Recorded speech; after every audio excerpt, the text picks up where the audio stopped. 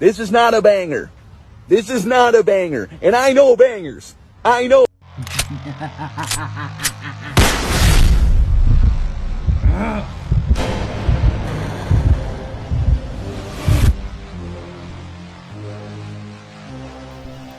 So I just watched Marvel's Echo, and I gotta say, it's not as awful as I thought it would be, and it's not as great as I hoped it would be. It's just okay. It's fine. It's middle of the road. I put out a tweet saying that it's the Agents of S.H.I.E.L.D. of the MCU Netflix shows because it's trying to be like Marvel's Daredevil, where they're trying to take a gritty, darker, violent approach to the Marvel series. And it doesn't really quite get there. It's not as sophisticated as the Marvel Daredevil show. It's not as engaging as the Daredevil show, but like I said, it's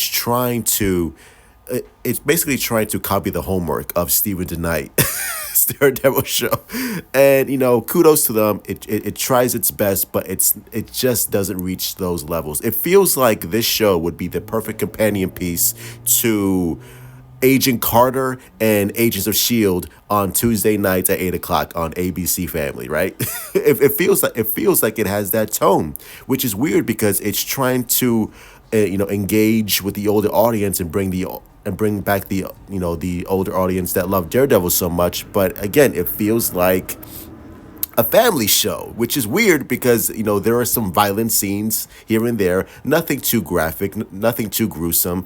But I don't know, like the tone of the show just feels weird. Like it wants to be Daredevil, it wants to be Luke Cage, it wants to be just Jessica Jones in terms of mature storytelling, but it also wants to have its cake and eat it too and be more family friendly.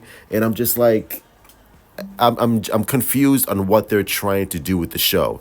I will say the fight sequences at least are very well done. They are very well choreographed.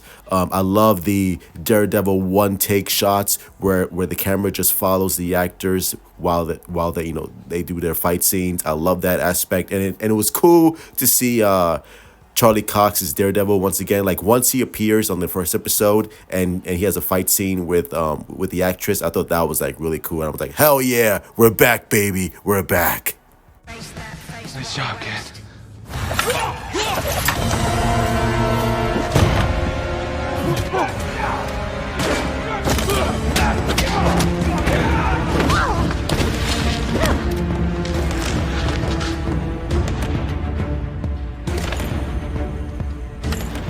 Now, if you're expecting Charlie Cox and an Ekko team up throughout the whole series, you're going to be sorely mistaken. This is the only time where we see Charlie Cox's Daredevil make a cameo. And that's basically what it is. It's a glorified cameo to the fans. Like, hey, remember me?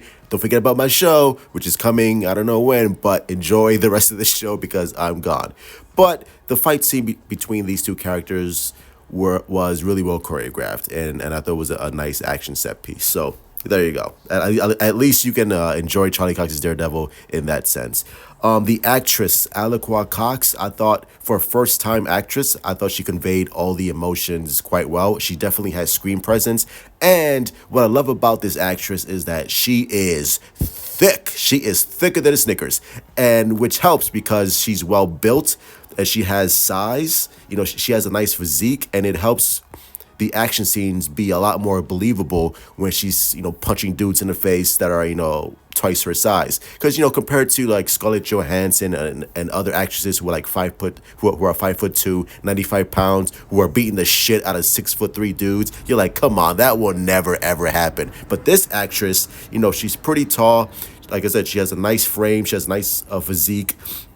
And so when she punches a dude in the face and the action scenes with her in it that she does, it's a lot more believable and you buy it, which helps sell the action scenes a lot more. So I appreciate that. And like I said, I thought she was, for a first-time actress, she definitely has screen presence, and I thought she did a really good job playing the character of Ekko.